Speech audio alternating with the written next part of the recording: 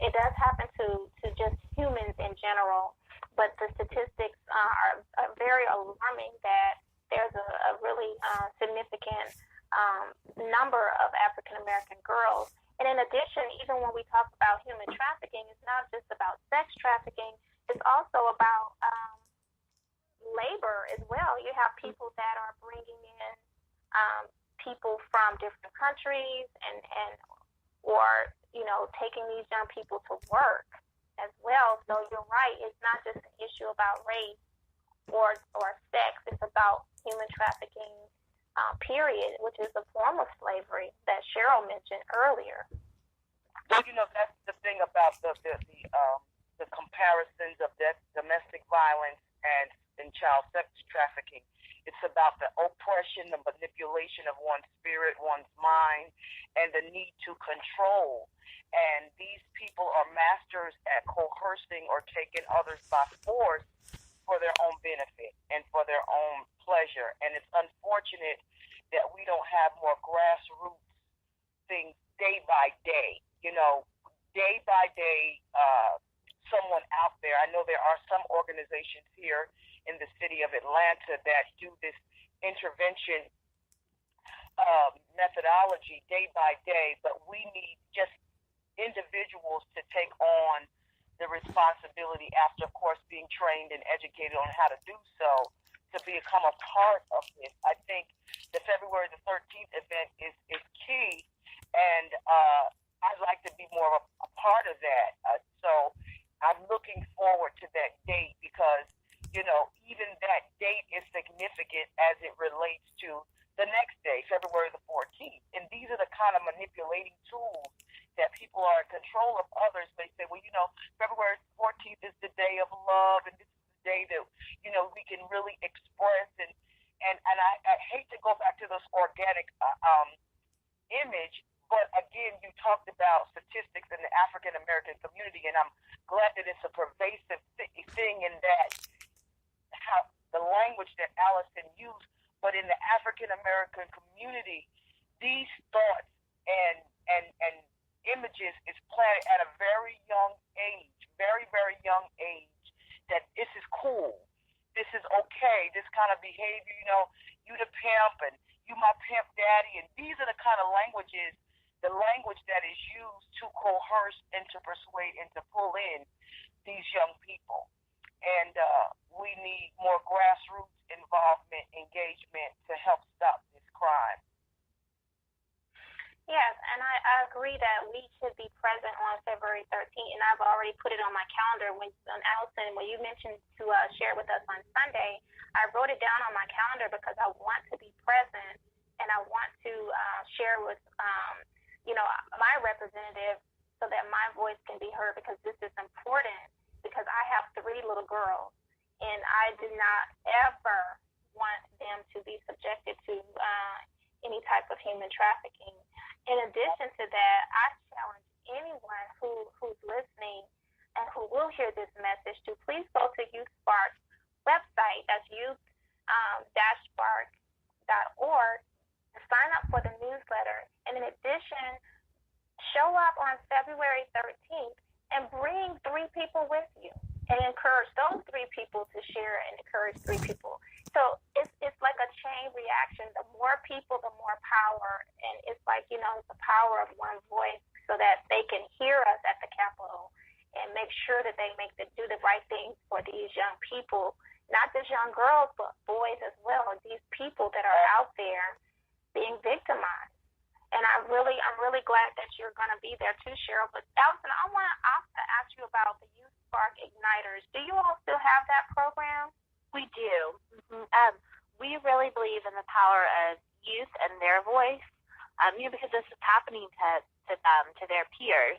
And so we think that by educating young people, that they can make a big difference, because this may be happening to them or to someone that they know, and we want to empower them to make a difference. So our Youth Spark Igniters program is for high schools, and it's sort of a club that they can start at their school, and then they can have different opportunities to educate their classmates, their community. I know we have some schools even hosting community nights to educate their parents, which I think is fantastic. And we really believe that no matter who you are or what your passion or talent is, that you can make a difference. This is such a systemic issue, and so it takes a collective effort from the community to change it. I know. Yes, it is.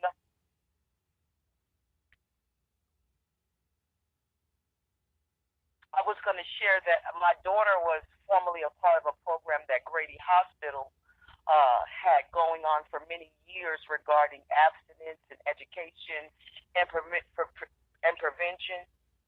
Team leaders, and what they did was go around and talk to middle grade students regarding the need for healthy relationships, domestic violence, sexual activity, and doing a lot of identifying of what is healthy and what is unhealthy, how to identify the key languages and conversations that go on between young people that may get them involved prematurely in sexual activity. It sounds like a great program.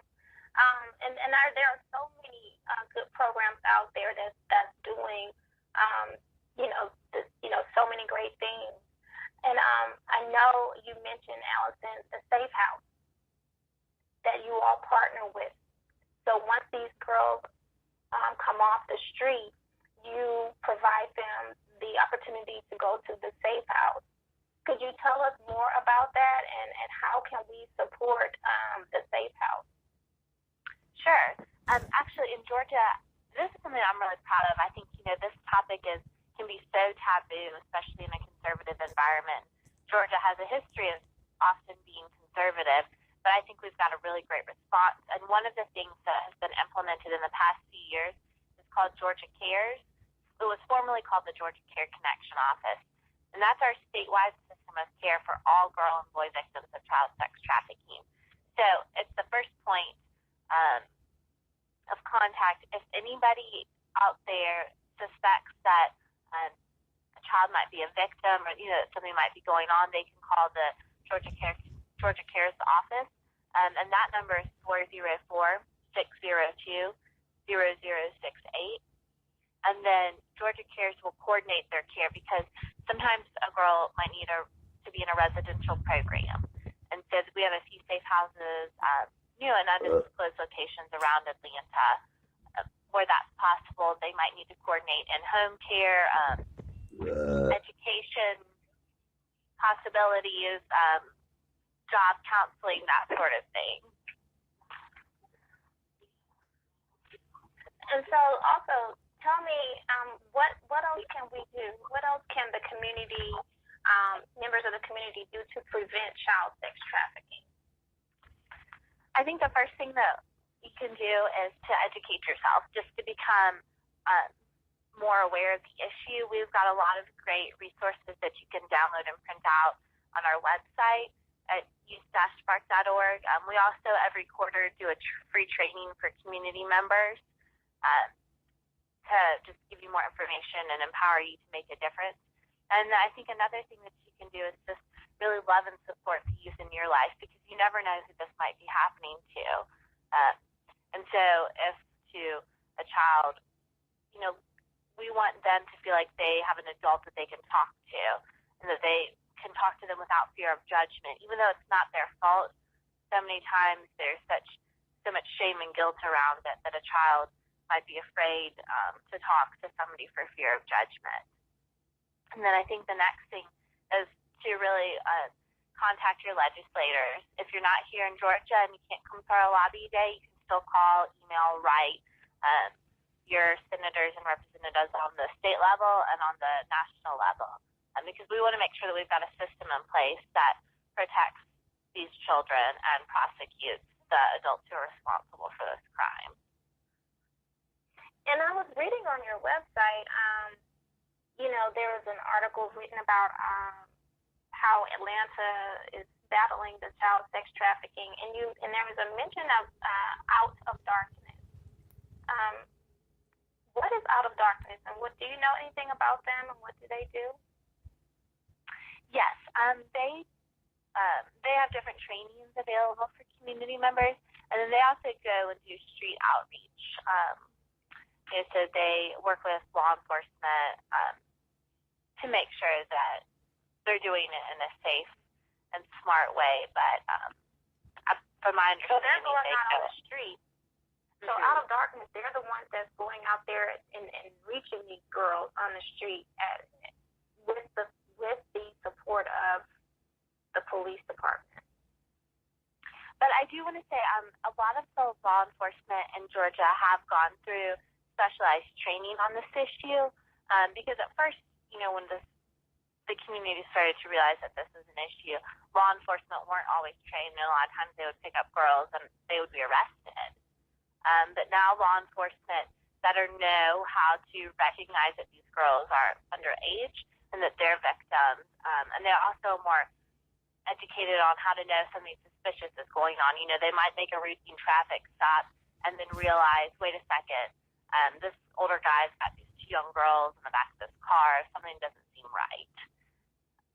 And so we're really thankful for our law enforcement here in Georgia and their commitment to the issue.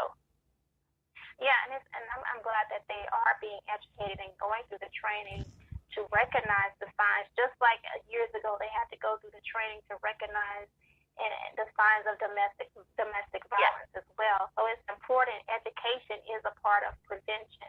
And Cheryl, I know you have to go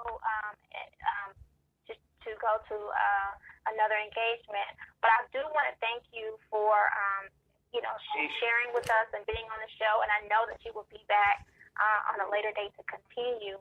But this conversation really, ignites in me that it's important for us to go back to being a village, and so that we can educate and love on and protect our children. Absolutely. And I know that you feel the same way. Yeah, I know you feel the same way. Is there anything you want to share with us, Allison? Cheryl, before you leave? Just the need to get involved, just the need to all of us to be aware, to be observant, to find the small ways in the day-to-day on how we can intervene, prevent who are in harm's way to safe place, and to thank your show and look forward to what you're doing. Thank you so much. Allison, on Sunday I mentioned that we also could start paying attention to the social media that our children are using every day. Their Facebook. Parents, please, make sure you pay attention to that, because there are predators out there using those sites. Right, Allison? Yes, and I think that's something that we talk with our girls about. And I know even our different staff members, they're watching out for what their little cousins are saying on Facebook or Instagram. Because I think, when you're younger, you're so trusting, and we don't want to just, destroy that for kids. But the thing is, with the internet, you never know who's looking at your picture, your Facebook. Even if you put something on private, somebody in another country could click download and say that to their computer. You just never know. And there are plenty of people who are posting on the internet as someone they're not, and so I think you have to be really careful. And I think also teach our kids that once you put it on the internet, it's most likely there forever, and so you really have to be smart and wise about what you're doing on the internet. So I think it's really important for parents, or even if you don't have a child, if you've got some younger cousins or your friends' kids or whatever, that you're just there and that you have an online presence as well, and you're aware of what they're doing, and that you're having these conversations with them. And it's really important